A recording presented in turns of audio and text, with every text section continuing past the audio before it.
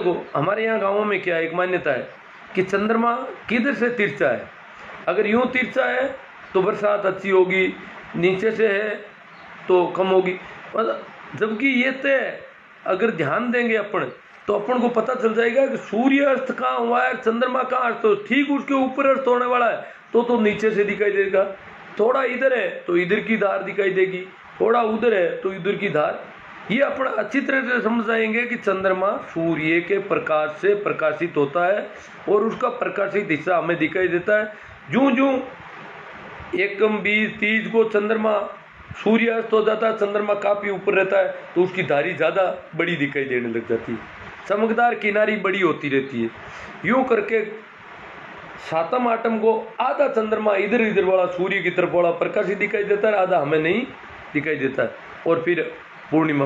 इस प्रकार अपन समझ सकते हैं कि ये चंद्रकलाएँ इस वजह से है कि चंद्रमा और सूर्य एक साथ उदय और अस्त नहीं होते। अगर एक साथ उदय और अस्त होते, जैसे शाम को सूर्यास्त के समय ही चंद्रमा रोज उदय हो तो रोज चांदनी रात होगी, परंतु कहते हैं रोज चांदनी रात नहीं होती, क्योंकि वो 29 दिन में पृथ्वी का एक राउंड पूरा करता है और इसलिए वो रोज उसकी स्थिति बदलती रहती है। स्थिति बदलने से उसके चंद्रमा के प्रकाशित भाग की स्थितियां भी पृथ्वी पर दिखने वाली अलग अलग होती है, जिसे चंद्रकलाएं कहते हैं। और ये इसके लिए ऐसा चित्र भी बना रखा है किताब में, और इससे बच्चों को कुछ समझाया जा सकता है जहाँ किताब हो। और गूगल पर भी ऐसा चंद्रकलाओं का चित्र अगर डाउनलोड करके दिखाया जाए तो दिखाया जा सकता है, और वीडियो भी कोई मिल सकते हैं इसके। हाँ, एक इसमें चैप्टर है अपन सूर्य ग्रहण की भी थोड़ी चर्चा। मैंने ये भी बात की कि सूर्य और चंद्रमा अमावस्या को एक साथ दिखाए उदय होते हैं लगभग, तो कभी कभार सूर्य ग्रहण होता है। सूर्य ग्रहण कम होते हैं, चंद्र ग्रहण बहुत ज़्यादा होते हैं। कारण चंद्रमा बहुत छोटा पिंड है और सूर्य और पृथ्वी के बीच में कभी कभार ही आ पाता है, और जब चंद्रमा सूर्य और पृथ्वी के बीच में आता है तो सूर्य का कुछ हिस्सा दिखाई देना बंद होता था और उसको सूर्य ग्रहण कहते हैं। तो वो सूर्य बहुत बड़ा है फिर भी सूर्य ग्रहण क्यों हो जाता है, चंद्रमा तो छोटा है। कारण है कि चंद्रमा हमारे नज़दीक बहुत ज़्यादा है। जैसे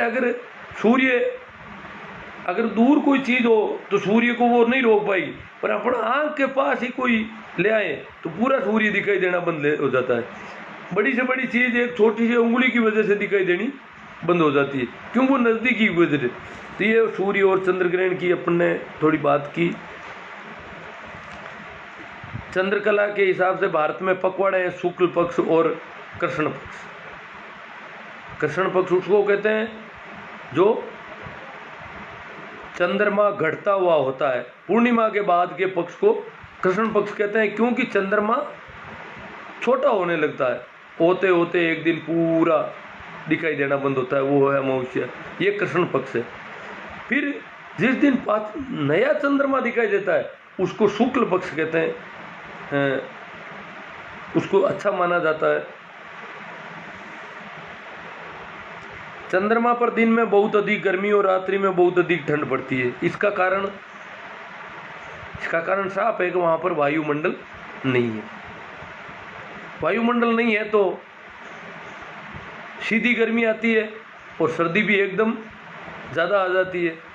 दूसरा, पानी भी इसको प्रभावित करता है। जैसे समुद्रों के किनारे कम ठंड और कम गर्मी पड़ती है, क्योंकि वो जल्दी गर्म नहीं होते और जल्दी ठंडे नहीं होते।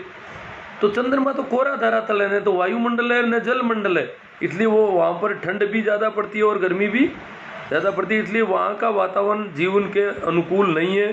चंद्रमा को अपने अक्ष पर घूमने में 29 दिन तथा पृथ्वी के चारों ओर चक्कर लगाने में 27 दिन लगते हैं।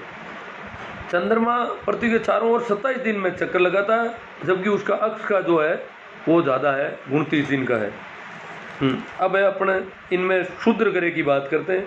मंगल और बृहस्पति के बीच जो एक बहुत बड़ा वलय है, एक चूड़ी वलय होता है, जैसे टायर होता है, उसकी तरह जो वलय है वो है क्षुद्र ग्रहों की एक पट्टिका है, और उसमें असंख्य छोटे पिंड क्षुद्र ग्रह, जिन्हें अवान्तर भी ग्रह भी कहते हैं। ये एक मलबा टाइप है, धूल के कणों की तरह, वो सारा अंधकार टाइप, वो सारा का सारा वो भी सूर्य के चारों ओर परिक्रमा करता है, तो इसलिए उसको भी सौर परिवार का हिस्सा माना जाता है। अब है उल्का पिंड। उल्काएं धूमकेतु और क्षुद्र ग्रहों के टूटे हुए टुकड़े हैं। धूमकेतु और क्षुद्र ग्रहों के टुकड़े बिखर जाते हैं, टूट जाते हैं। किसी ग्रह का टुकड़ा तो टूटता है तो वो उसका उपग्रह बन करके उसके चारों ओर उसकी कक्ष स्थापित हो जाती है, उसका परिभ्रमण हो जाता है शुरू, तो वो तो उपग्रह बन जाता है। परंतु ये जो क्षुद्र ग्रह हैं, ये जो धूमकेतु है, इनके जो टुकड़े टूटते हैं वो उनके गुरुत्वाकर्षण से अलग हो जाते हैं, उनके चारों ओर चक्कर नहीं निकालते, क्योंकि वो छोटे पिंड है और इसलिए वो उनको गुरुत्वाकर्षण में बांध कर रख नहीं सकते। चंद्रमा पृथ्वी के गुरुत्वाकर्षण से बंधा हुआ है, पृथ्वी के चारों ओर ही राउंड करेगा, कहीं नहीं भागेगा, इसका निश्चित पथ है, परिभ्रमण पथ है।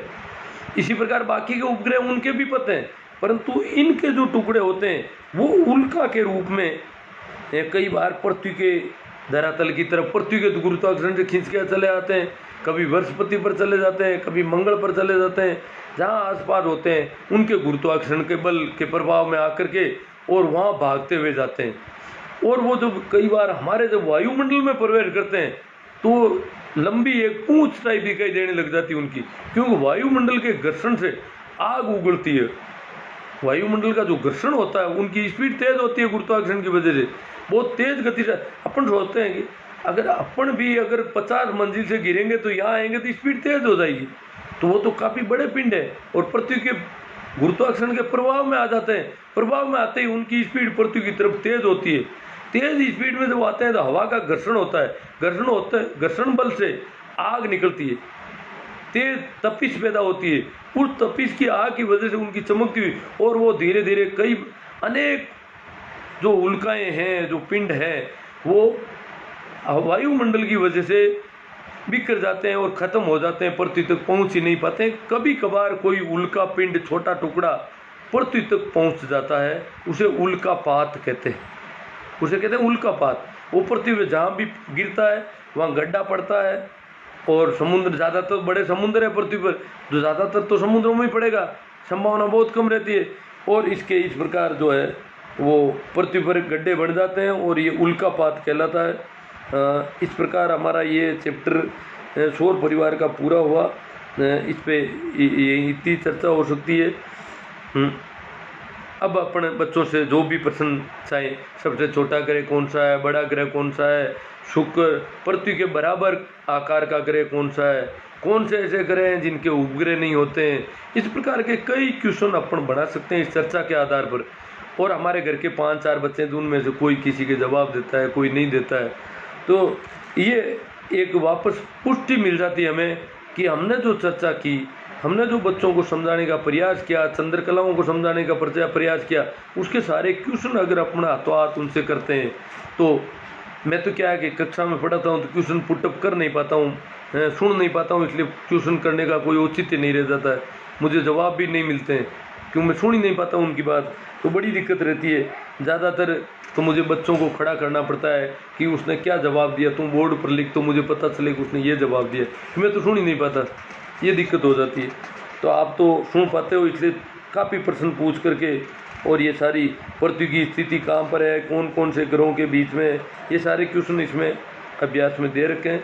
आगे अपन अगला चैप्टर अब भूगोल खगोल का नहीं लेकर के कोई दूसरा चैप्टर देखूंगा मैं, इसमें कौन सा लिया जाना चाहिए, हिस्ट्री या सामाजिक का। हाँ, मैंने कहा ना नियमित रूप से लेंगे तो अपन पाषाण काल की तरफ बढ़ेंगे। अब मनुष्य जीवन की उत्पत्ति पृथ्वी पर और मनुष्य तक की यात्रा। अगर अब अपन यहाँ तो कोई ऐसी कोई बात आई नहीं है। सियाग जीवन जी धन्यवाद, आप तो वो रोज़ बहुत अच्छी ज्ञान की बातें बताई आपने। हाँ, आपको ठीक लगी तो बहुत अच्छी बात है, मेरा भी सार्थक हुआ, मेरा बोलना बेकार नहीं गया। मैं इसे YouTube पर भी अपलोड करता हूँ, ज़रूरत पड़े तब बच्चे देख सकते हैं, डाउनलोड भी कर सकते हैं। हरदीन जी मेरा कहते हैं सराहनीय कदम, साथ में शिक्षण कार्य, बच्चों के भविष्य को संवारने का सार्थक प्रयास। हाँ, जितना हो सकता है अपन करते हैं। ये भविष्य तो आपको अपने घर के बच्चों को समझाना है, बड़े बड़े बच्चों को भी समझा सकते हो, और घर की औरतों को, बुजुर्गों को भी चंद्रकलाओं के संबंध में यह चर्चा की जा सकती है अगर उनकी जिज्ञासु प्रवृत्ति है तो। हालांकि वो सेव तय हो गया, पुण्य में तो पूरा दिखाई देगा ही, इसमें क्या है, पुण्य को पूरा क्यों दिखाई देता है ये भी तो तय होना चाहिए। ये अमावस्या को क्यों नहीं दिखाई देता है, क्यों सूर्य ग्रहण होता है, ये जिज्ञासा ही मन में होनी चाहिए। ये नहीं है कि कैलेंडर में लिखा हुआ है सूर्य ग्रहण इसलिए होता है, तो कैलेंडर तय थोड़ा ही करता है सूर्य ग्रहण को। तो ये सारी अगर जिज्ञासाएँ हैं तो उन जिज्ञासाओं को शांत करें। ये जानकारियाँ जितनी ज़्यादा होती है उतनी अच्छी रहती है। रेखा राम जी डोकिया, शानदार जानकारी दी सर जी। ठीक है, आप लोगों को अच्छा लगा,